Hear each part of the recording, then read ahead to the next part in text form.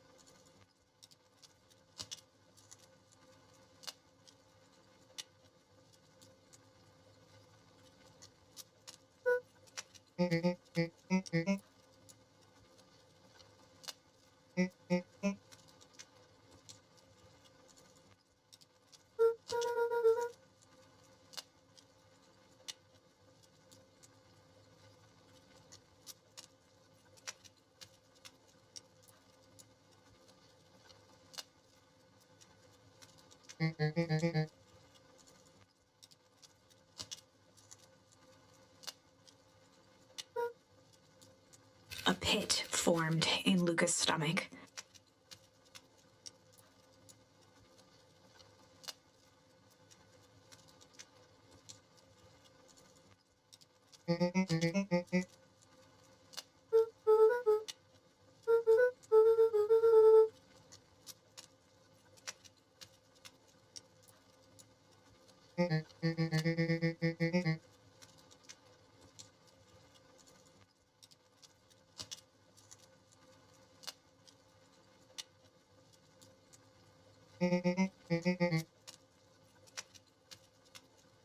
Luca's mouth felt dry.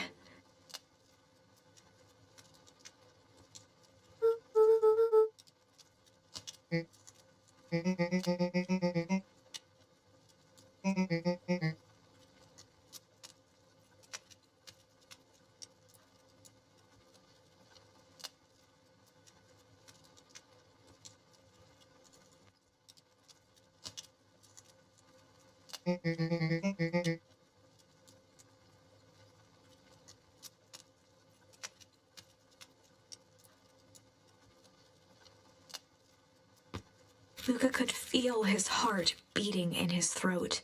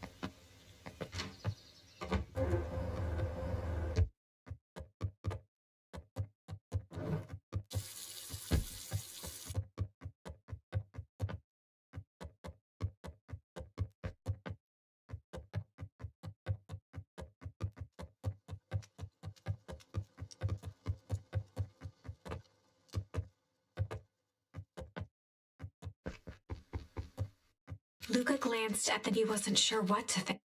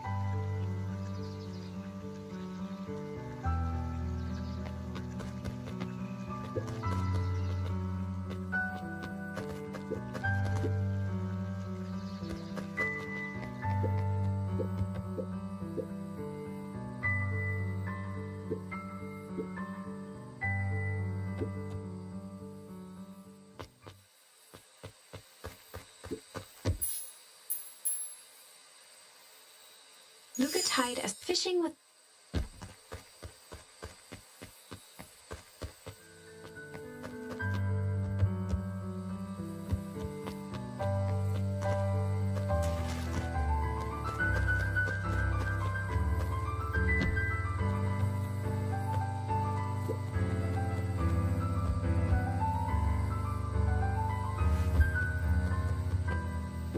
Luca's winter coat decommissioned for the summer.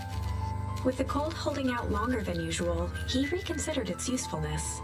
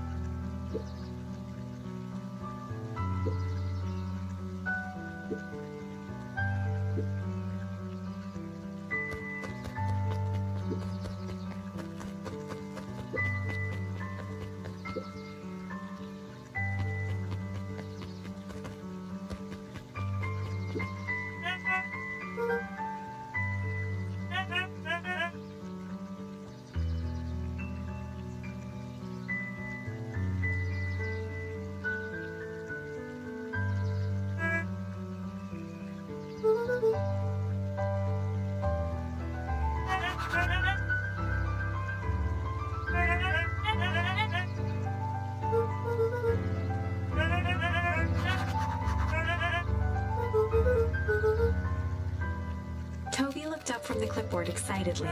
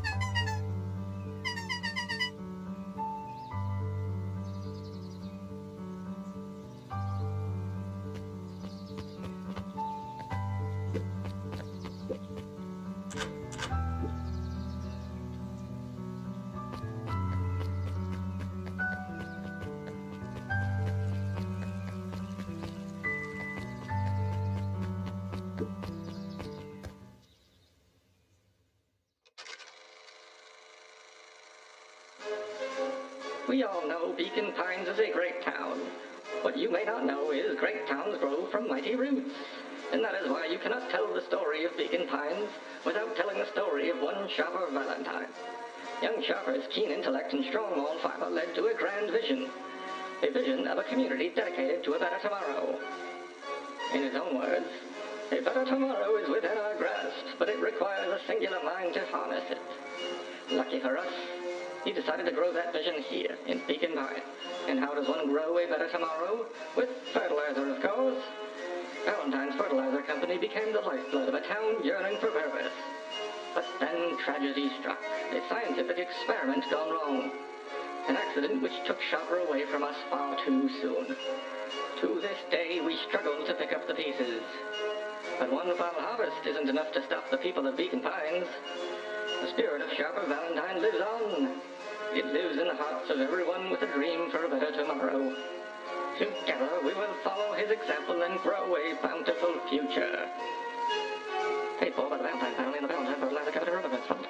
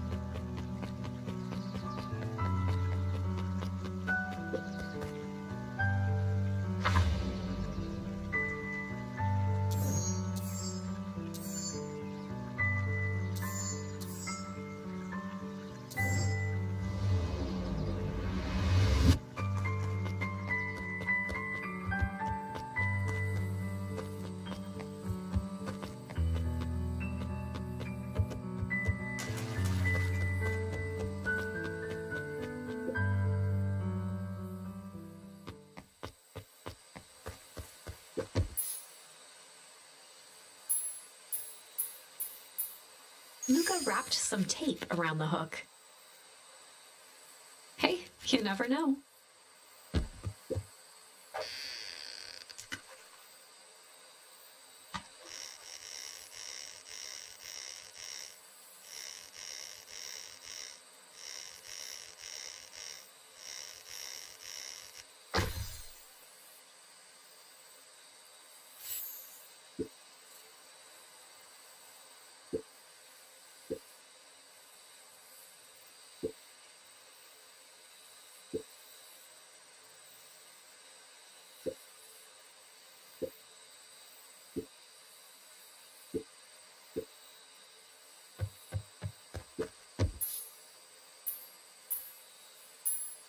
Luca stuck a toy stretchy hand onto the hook. Those things always get dirty anyway.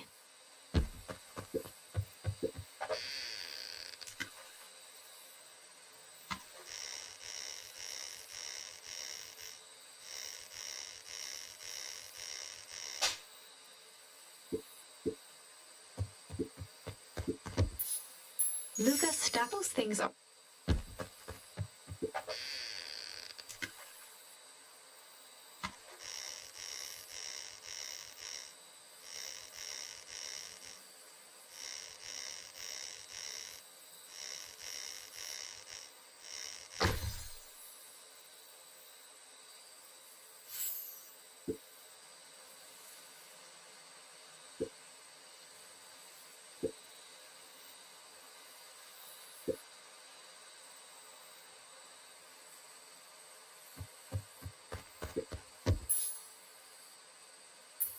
Luca tied what fish?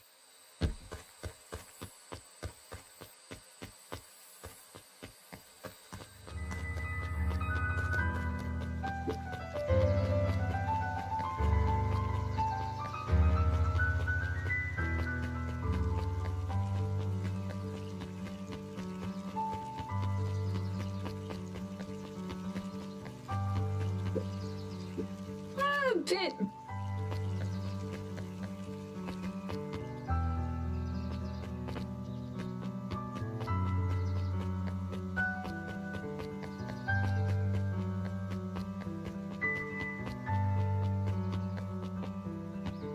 The phone booth was brand. It didn't see much.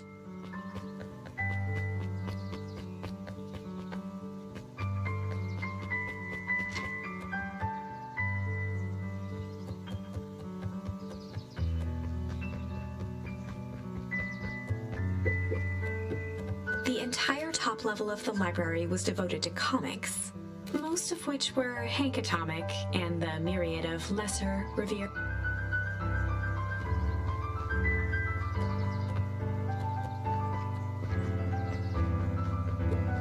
Mycological phosphor. The bottom corner shelf was a dusty array of thick science books. Only one binding with cellular biology.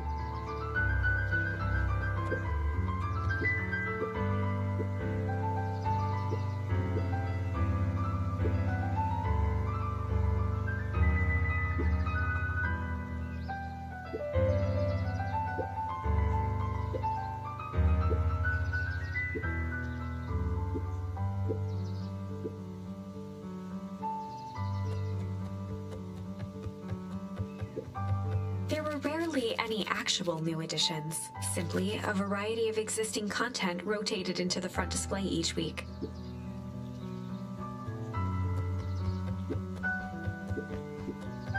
Oh, the cobs I've eaten. A salad-centric travel guide for the mildly. Sally Seashore's simple. Luca brushed off a smudge of dust. Or maybe it was flour. 30 recipes so easy you'll doubt it's. A peek behind the curtain. The methods and ruminations of one of the greatest acting minds by Patrick.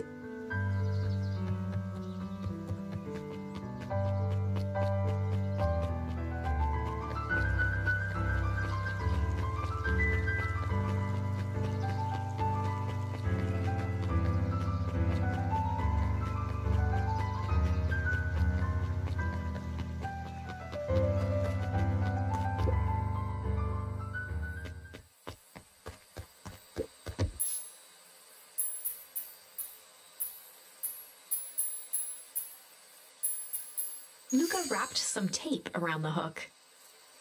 Hey, you never know.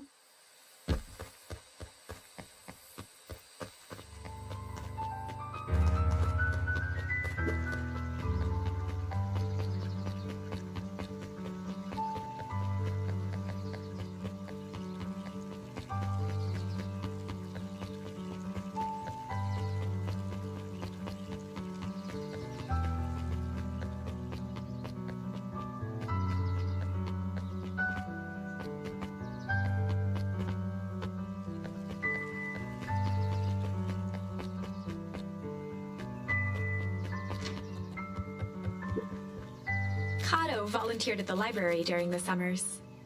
He wasn't very social, so he'd dedicate each summer to becoming an expert in a single subject, making him a reliable source of very particular knowledge. If you were to ask Kato something he didn't know, he'd escape into the dusty old bookshelves and return with just the right thing. Kato was lost in his reading. Luca crooked his neck to see the title, Introduction to Melitology.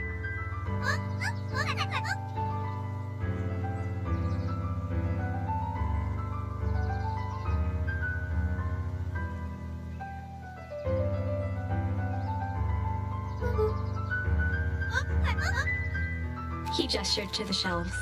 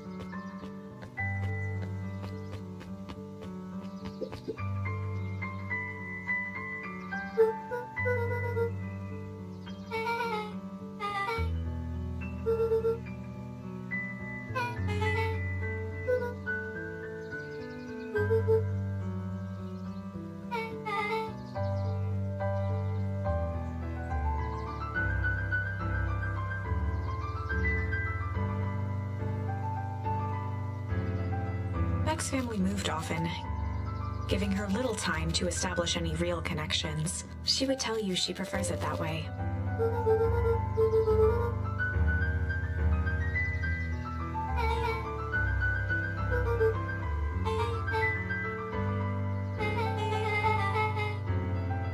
Lucas shifted his feet uncomfortably.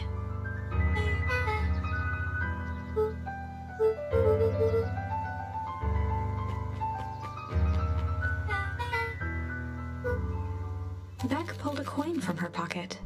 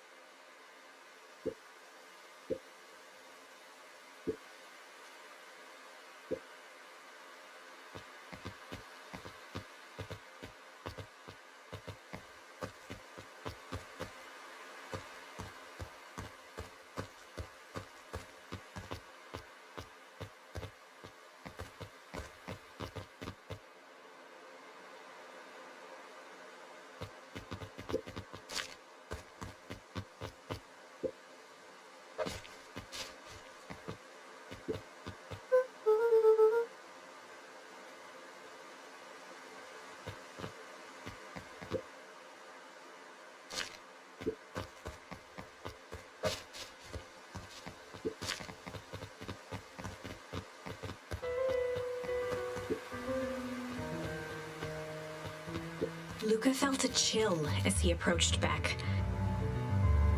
Her eyes were locked on the strange green liquid. The nearby grass was coated in a fine layer of frost.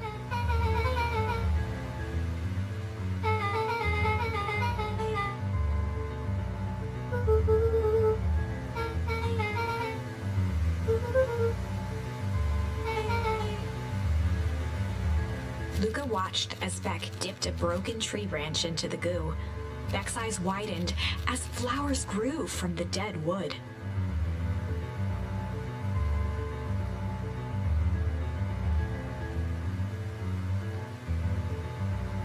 First small buds, which quickly bloomed into vibrant petals.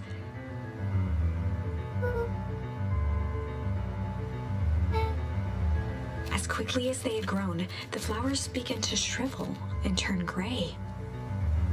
Beck dropped the stick with a grunt of disgust.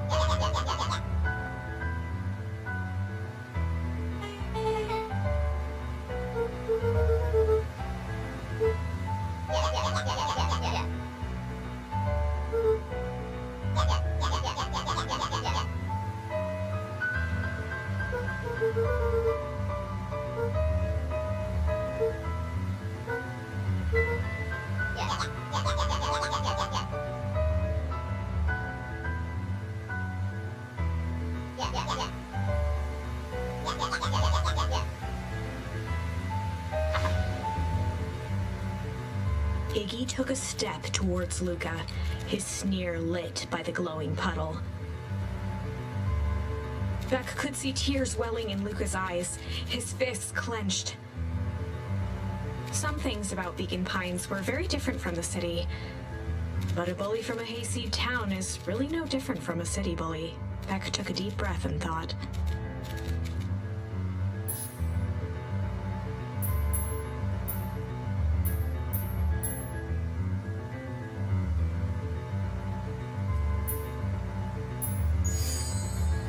Well, time to bust out the tickles.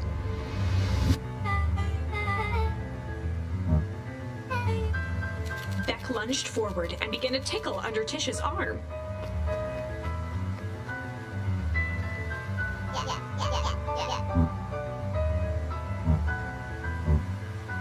Tears began to form in Tish's eyes as she gasped for breath between gales of laughter. Beck redoubled her efforts until Tish finally had had enough.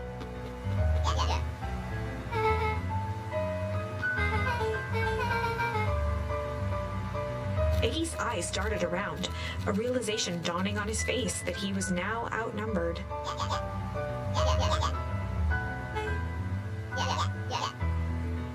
Iggy kicked at the puddle before making his escape.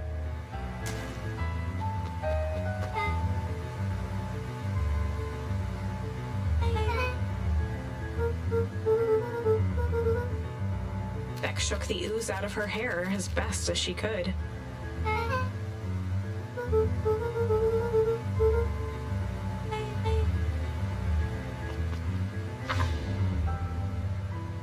Chapter 4. The best policy. Luca paused for a moment, catching his breath. He'd only just met Beck, and somehow he already managed to drag her into this mess. Hopefully he could make it up to her, but finding Rollo was his primary concern.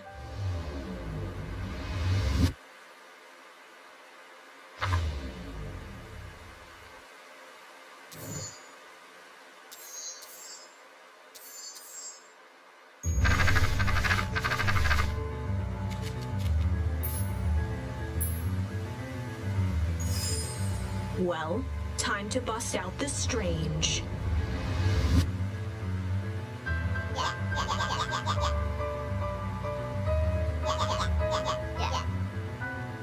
Beck stared in silence, the only sign of life being the twitch of an eye.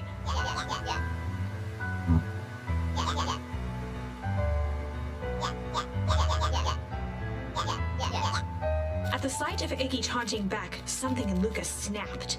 Iggy's smirk shifted to a look of shock as Luca launched himself at... Iggy's clothes were drenched in the glowing ooze.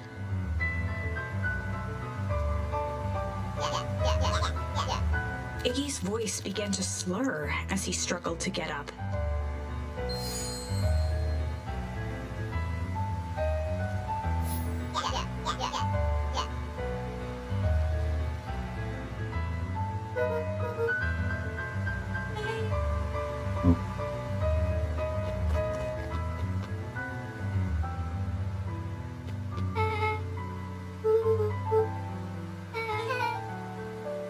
At the warehouse.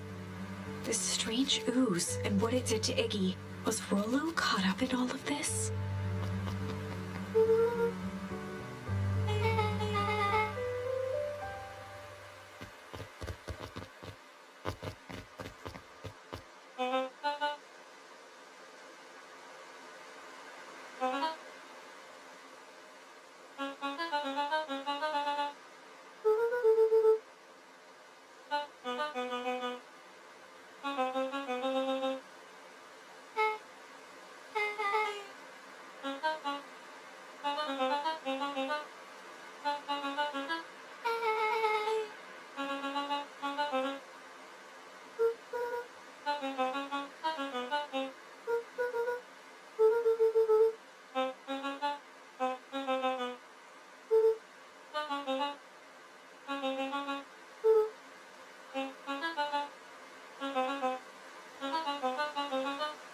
Glanced toward Luca.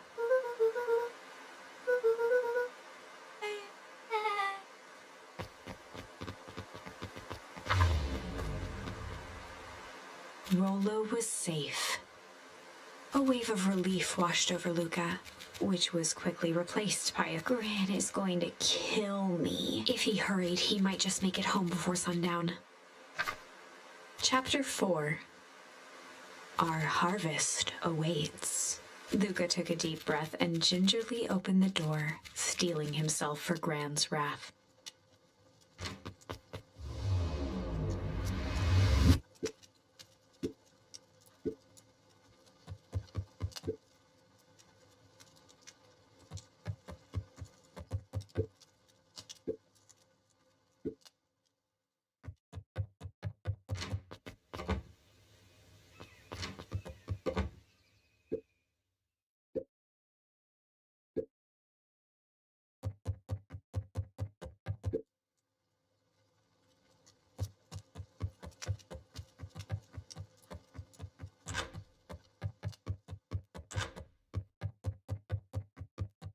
Luca was alone. The house was empty.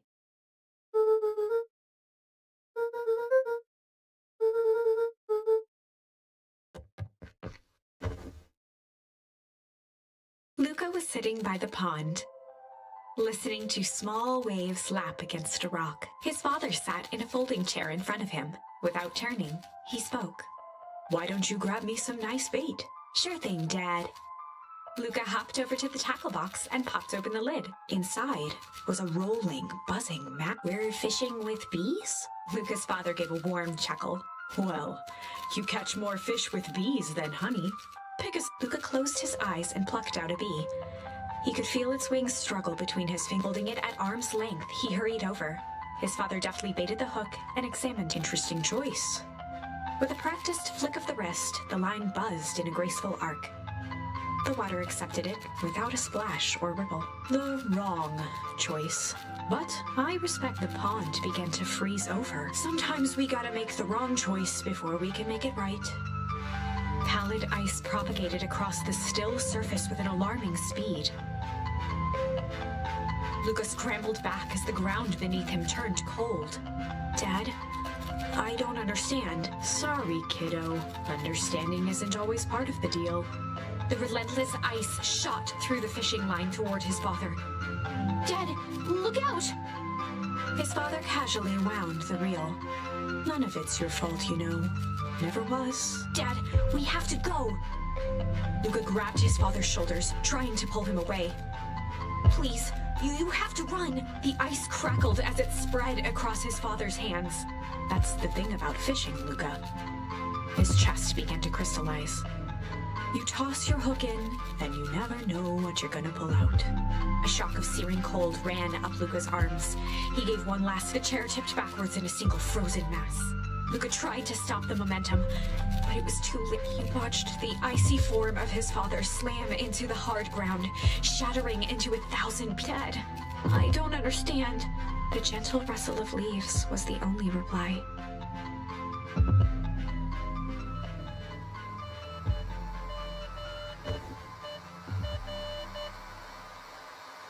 Luca's eyes struggled to focus on the walkie-talkie. Faintly, he could hear Rollo amongst the noise.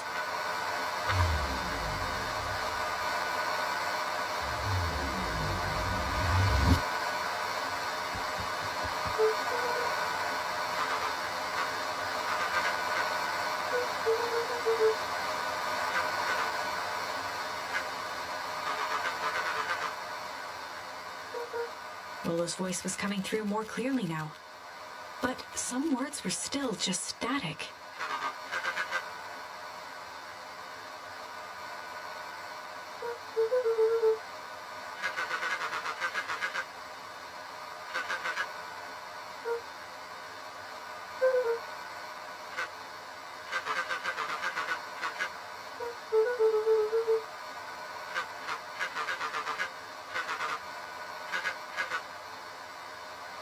The signal went silent. Luca held still, waiting for a response. His pounding heartbeat marking the passage of time.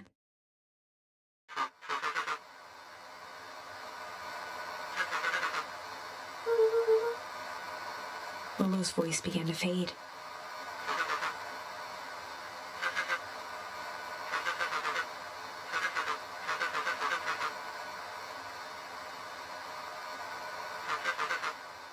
With that, the signal died for good.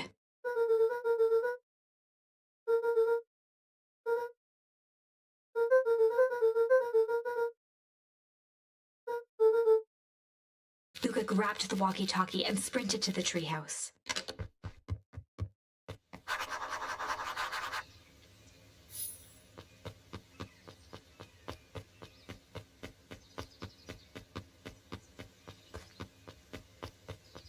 Luca heard a group of footsteps approaching.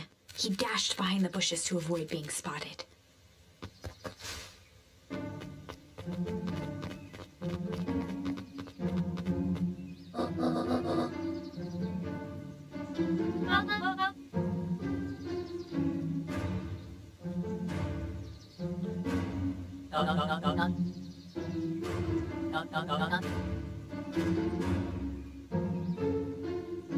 Mr. Tolliver paused, shifting his eyes to one side.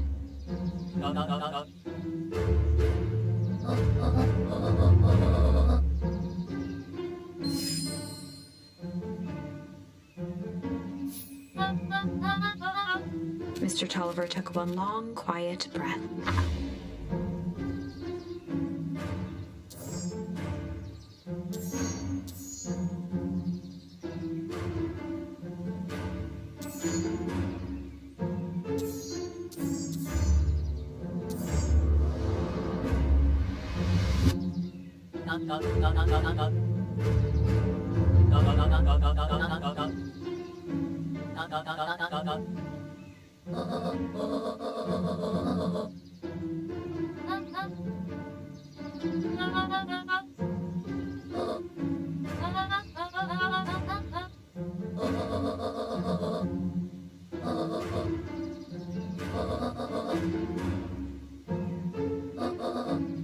The three shared a determined look.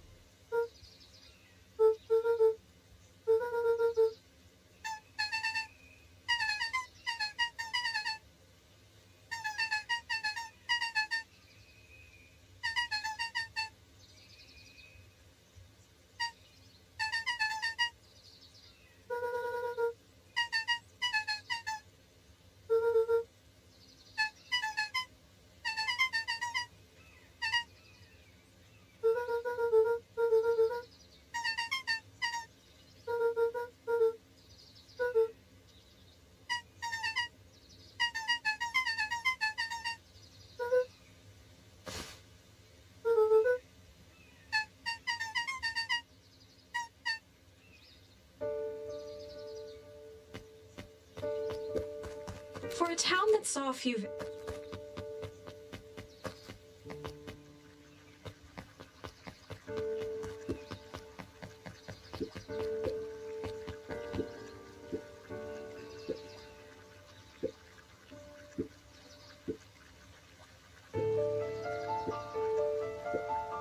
The two boys shared a mischievous...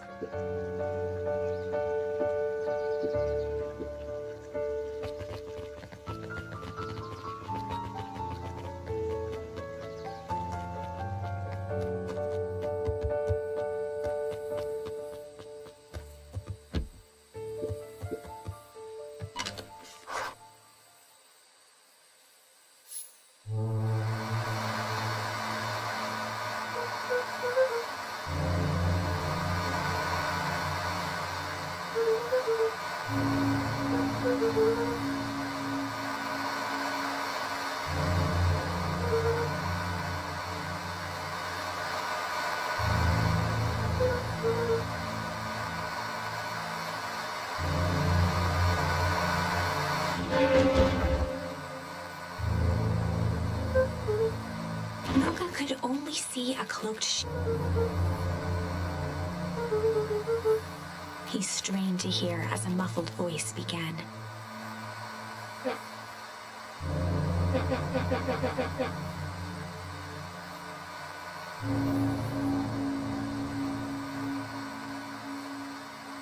Fear gripped Luca's throat.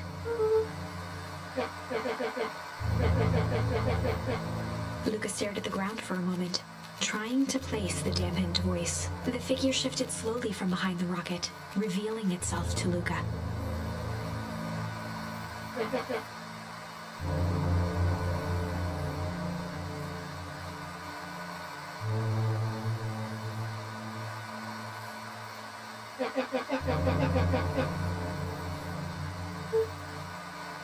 Luca reached over empathetically. Iggy's tone jolted to dejected anger.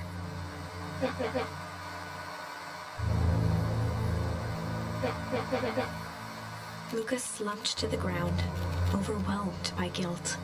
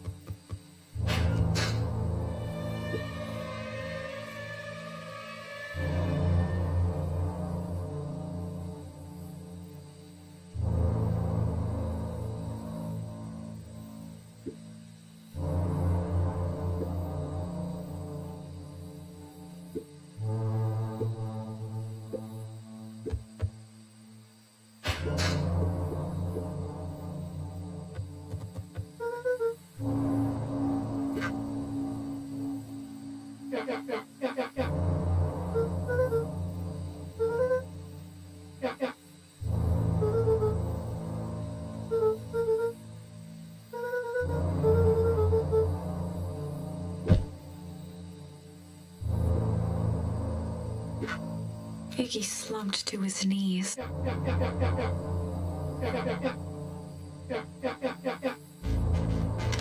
Luca grabbed the walkie-talkie and headed for the window. Luca and Iggy climbed up the back of the treehouse to its roof, where Rollo had constructed his MCDC, the Mission Control Defense Cannon. From behind the crowd of clipboards, William Kerr.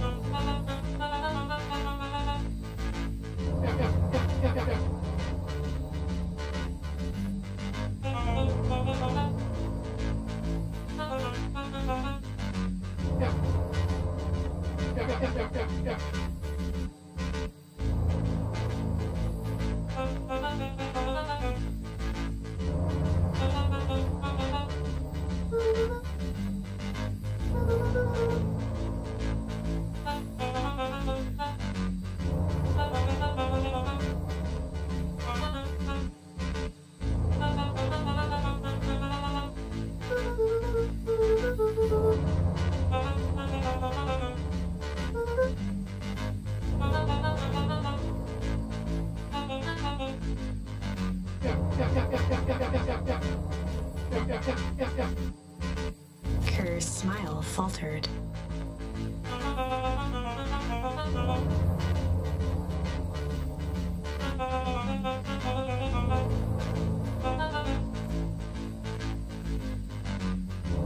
Luca's grip tightened on the MCDC.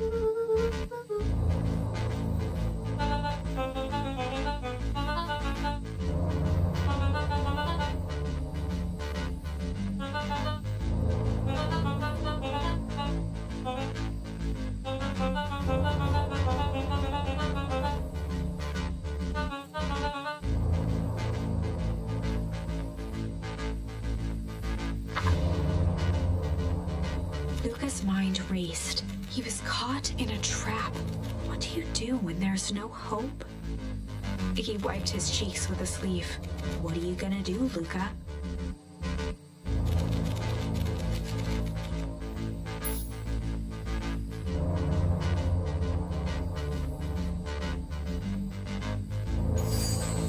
Luca drew himself up and decided to take the only option they had left. He swung the Mission Control Defense Cannon around, aiming it confidently at the smirking face of William Kerr. Luca summoned his most insolent demeanor.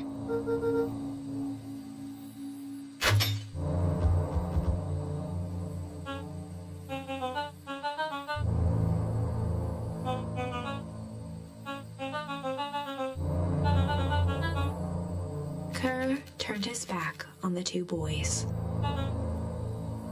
With a nonchalant wave of the hand, he made his exit. As the clipboards began to slowly advance on the treehouse, Luca looked to Iggy with resignation in his eyes. The end. That escalated quickly. Maybe discretion was the better part of valor here. Let's put a pin in this.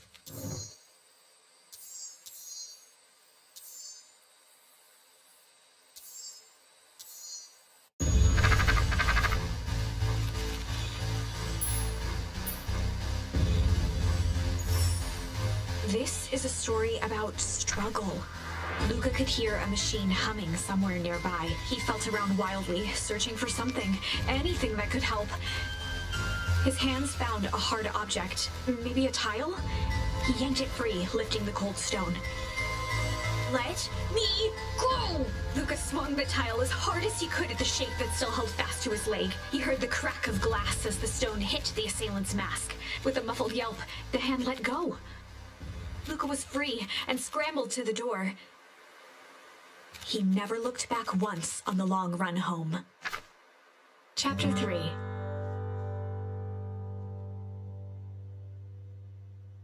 Everything's fine.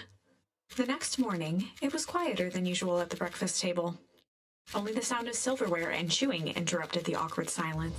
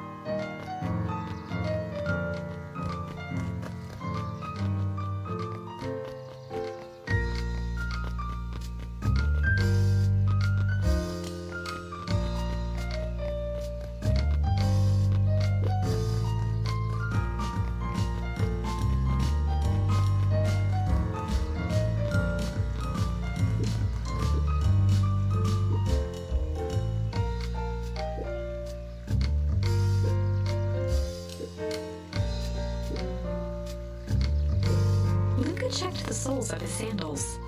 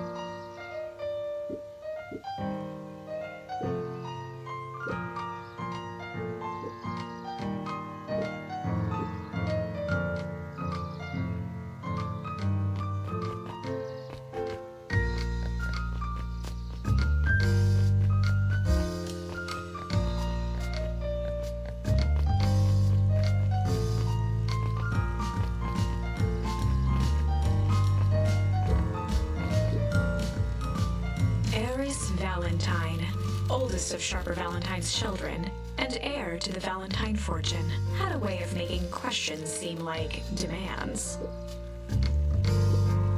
Mr. Wilder had learned to assume that it was because she had taken issue with something he had put in the paper.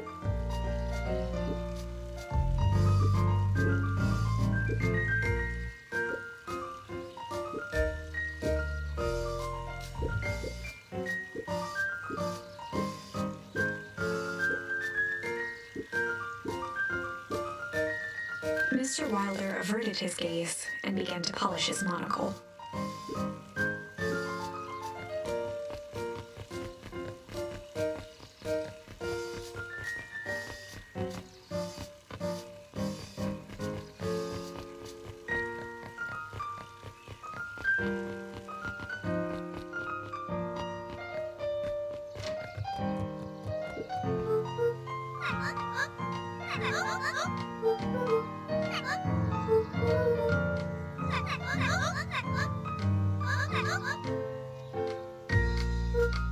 Kato motioned to the book in front of him.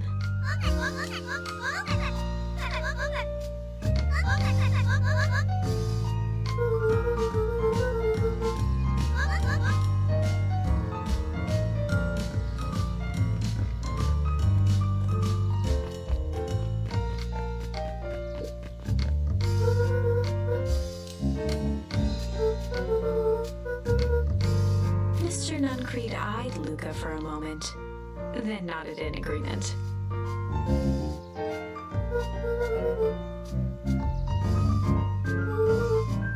Luca handed the jam to Mr. Nuncreed, and he nestled it with both hands.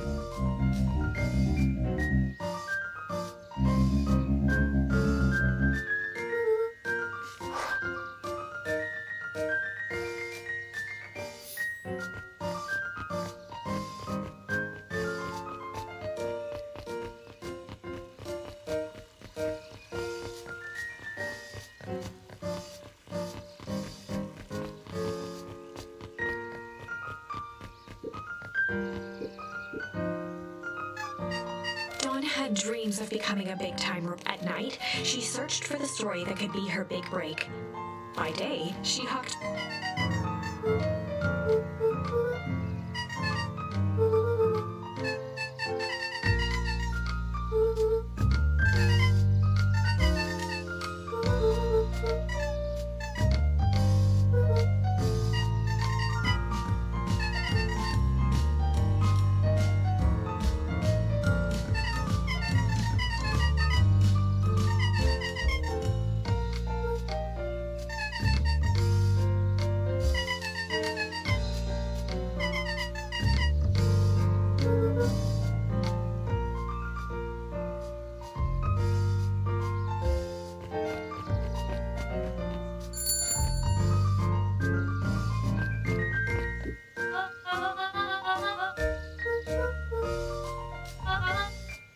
She leaned forward and pinched Luca's cheek.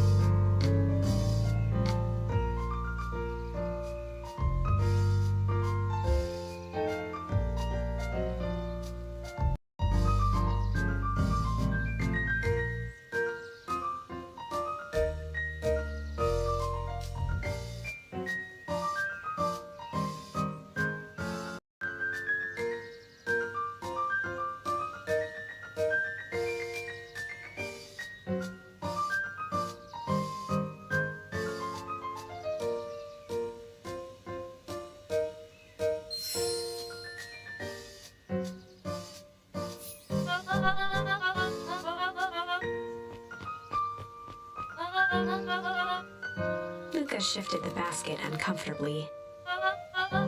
Mrs. Fratelli lifted the cloth and inspected the jam. She carefully lifted out her jars of jam.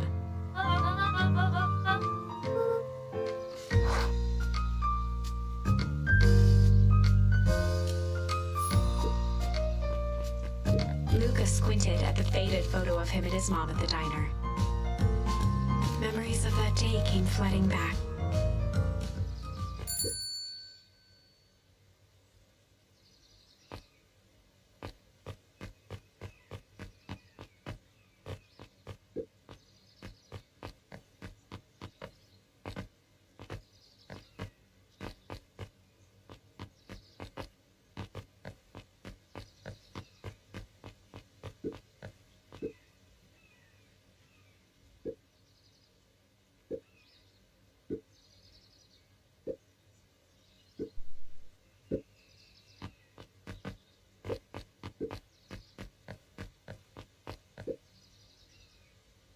Jeff slapped the table and gave Luca a toothy grin.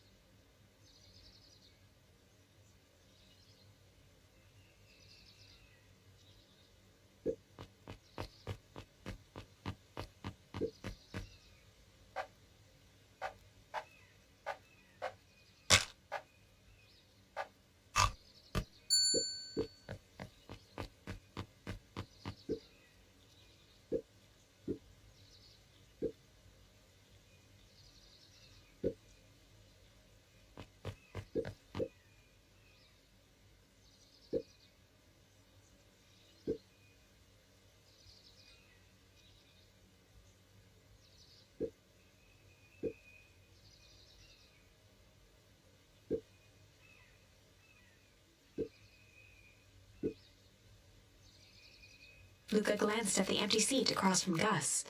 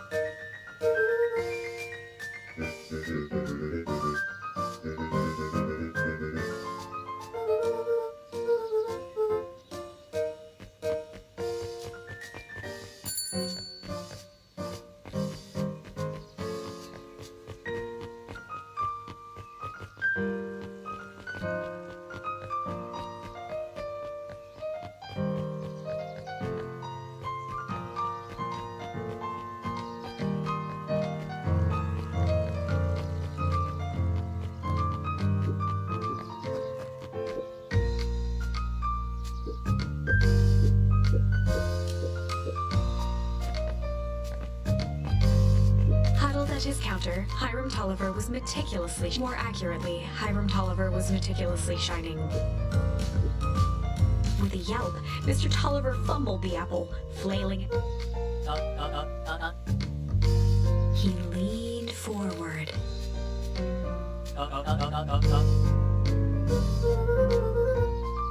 He leaned in a bit further.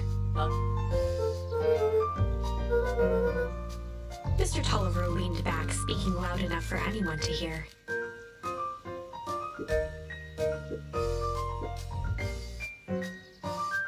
He reached forward and snapped up the jars of jam, giving Luca a little wink.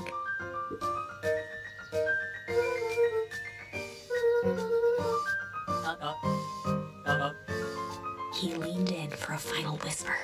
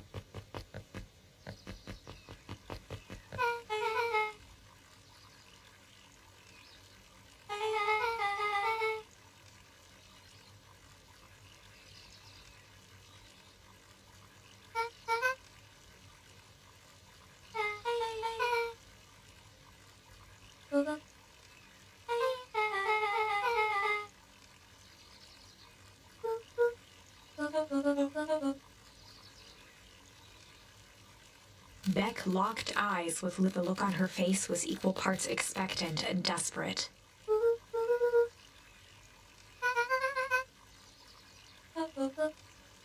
Beck gave Luca a quick nudge.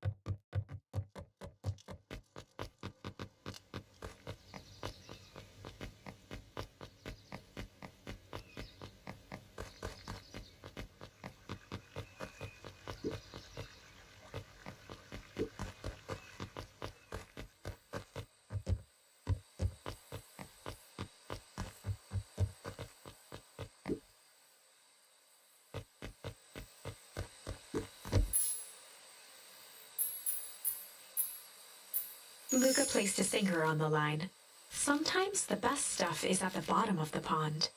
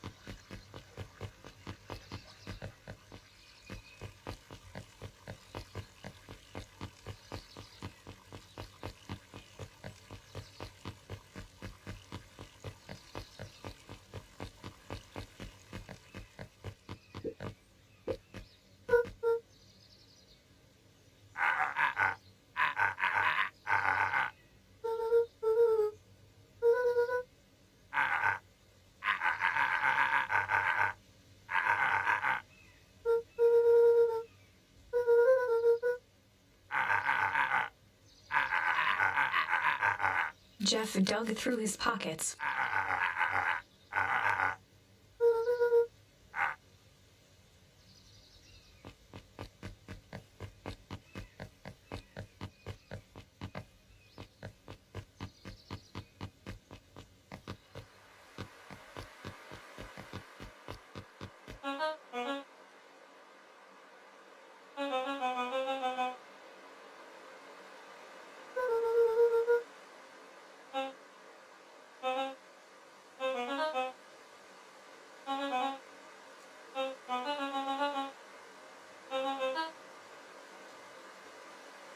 Mr. Kerr winked with a wry smile.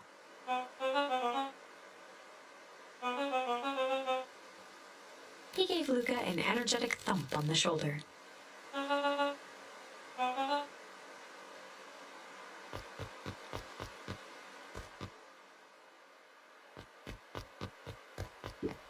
Luca peeked up at the beehive. It appeared to be deserted.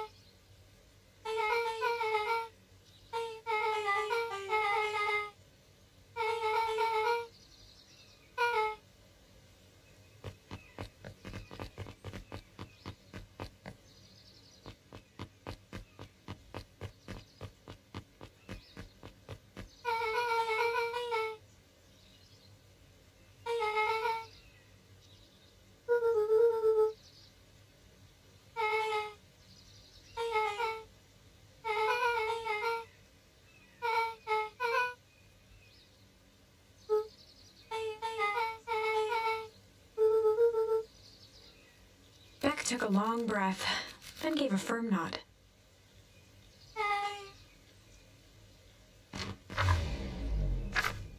Chapter 4.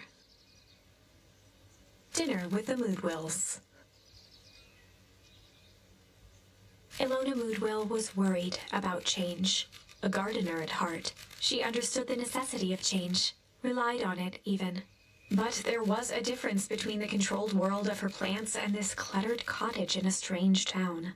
Almost done. Nellie was a blur of activity, digging through boxes. Sorry, love. Couldn't find the dishes. We'll have to make do with paper plates. Dinner went by without much conversation. As she watched Beck and Luca finish up their pizza, Ilona let herself relax into the chair. The things she cared about were still here. Nellie finally had the job of her dreams. Beck was beginning to take root. Ilona's task was simply to tend to them. She could do that.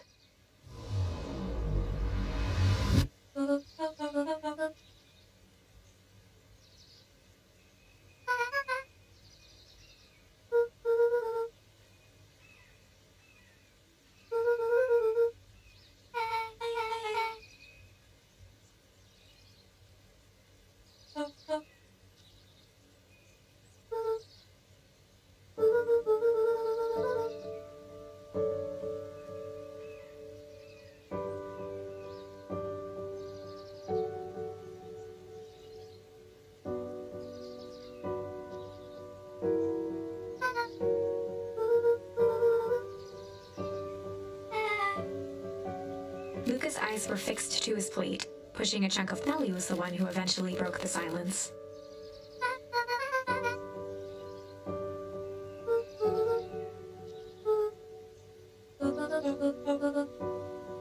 Ilona nervously gestured toward the boxes.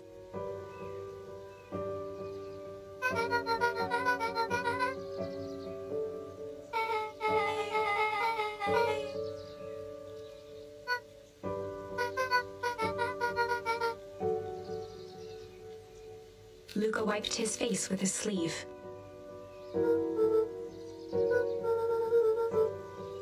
Beck gave Luca a swift kick under the table.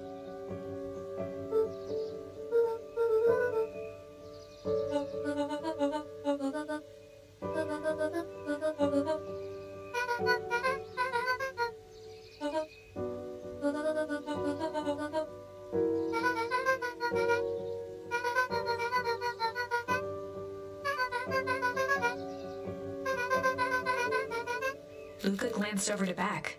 She seemed to be holding her breath.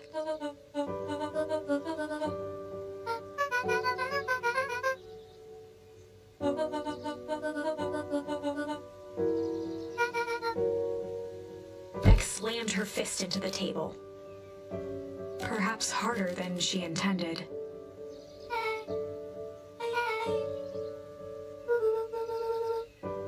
Luca glanced outside to gauge the time. The sky was darker than he expected, filled with ominous clouds.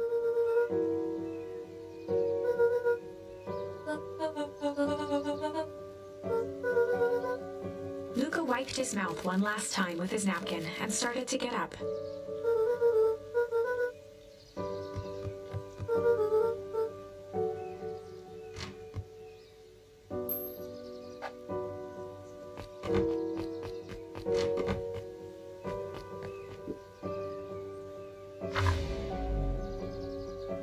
Surprised, Luca turned around.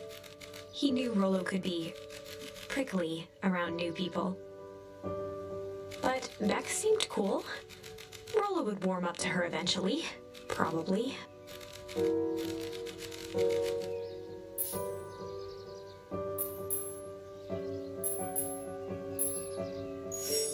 Luca began to respond, but the sky answered for him as the clouds above began to break, revealing patches of star-filled summer night. Moonlight filtered down, shimmering in the treetops.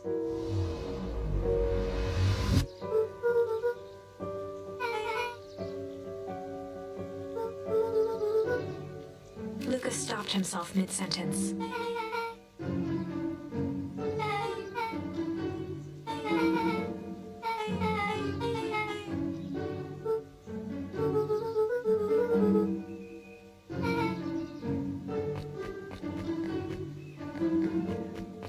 Luca saw Beck skulking by the gate.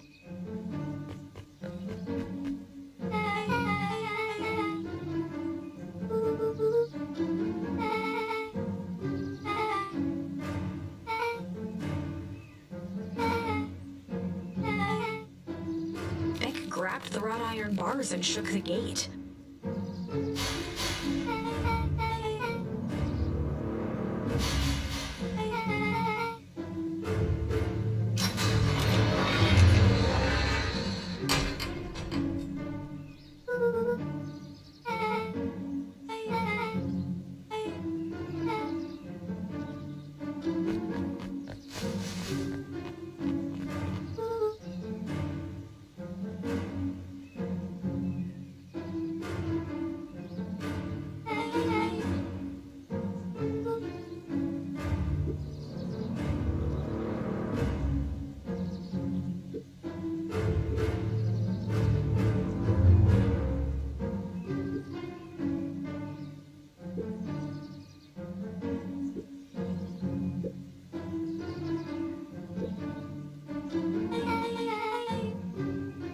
Voice was an excited whisper.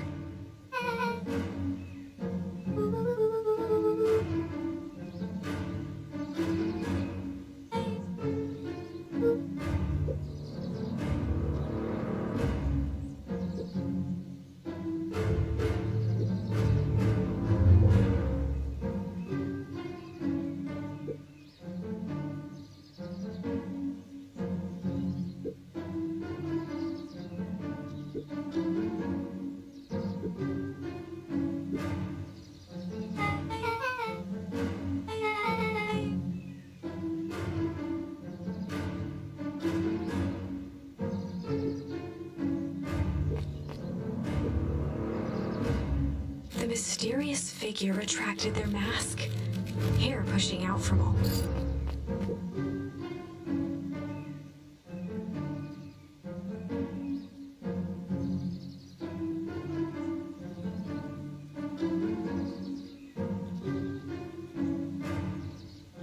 A chill ran down Luca's spine, his vision blurred. Beck stifled a sharp wince, and Luca looked down to see himself wrenching her hand. Gran tousled her hair back under the face mask.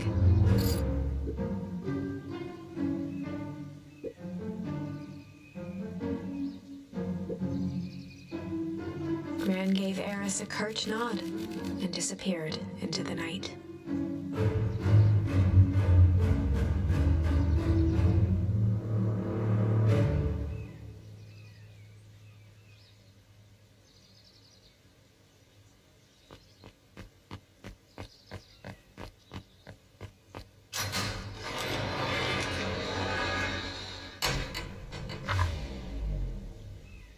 Chapter 5. What big ears you have! Lucas sat shivering in the bushes, staring at. After checking to make sure the coast was clear, Beck gave him a gentle tug on his sweat.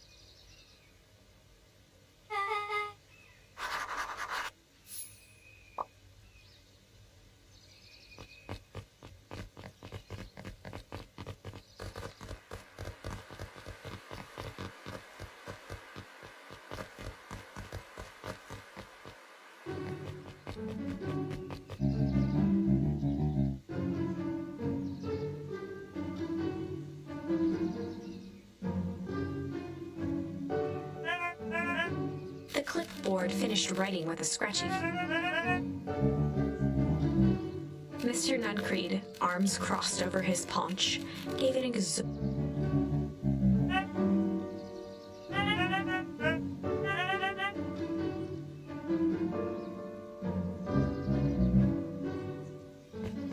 He snatched the pad and scribbled his name so hard.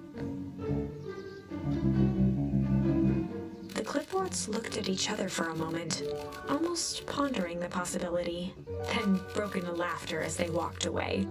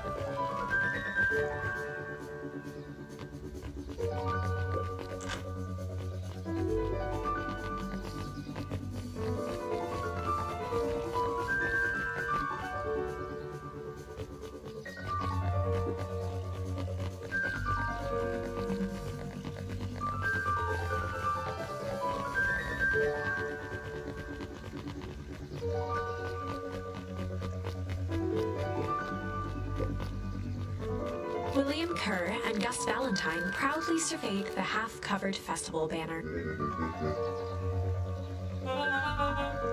The mayor gave a half-hearted shrug.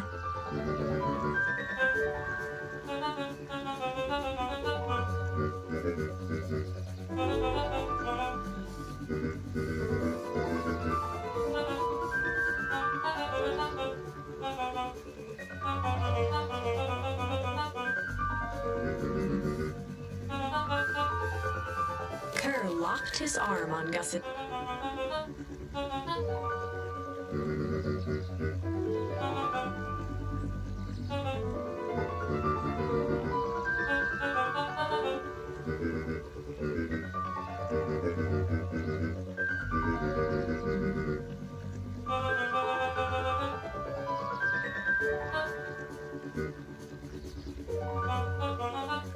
With a glimmer in his eye, Kurt gestured grandly toward the horizon.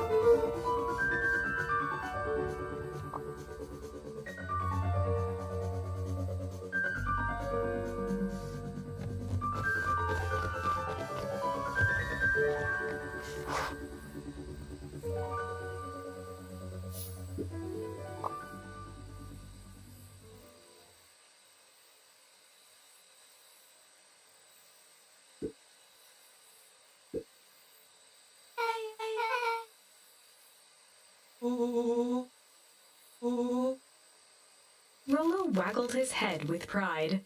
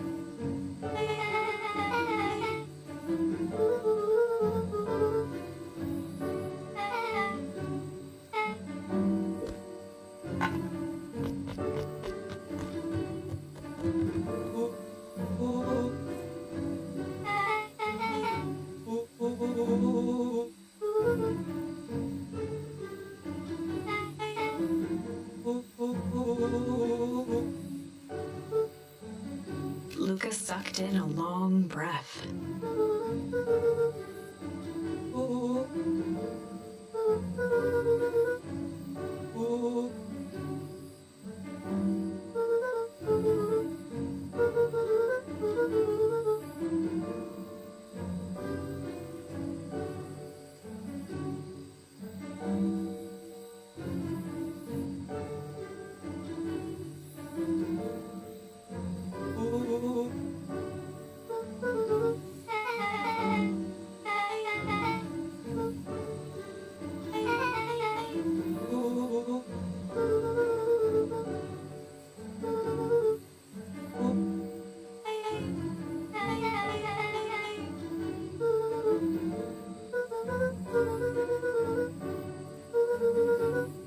Rollo let out a low whistle.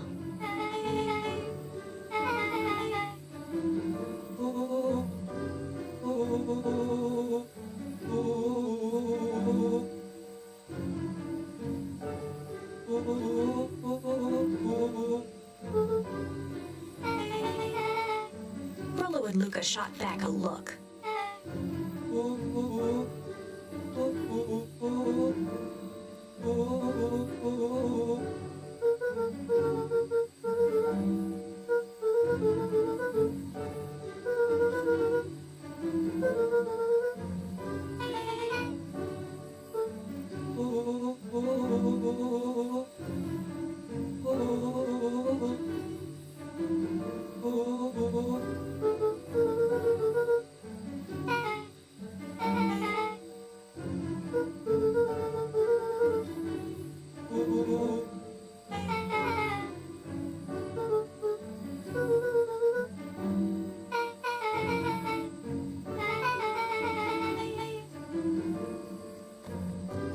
Luca gazed out the window.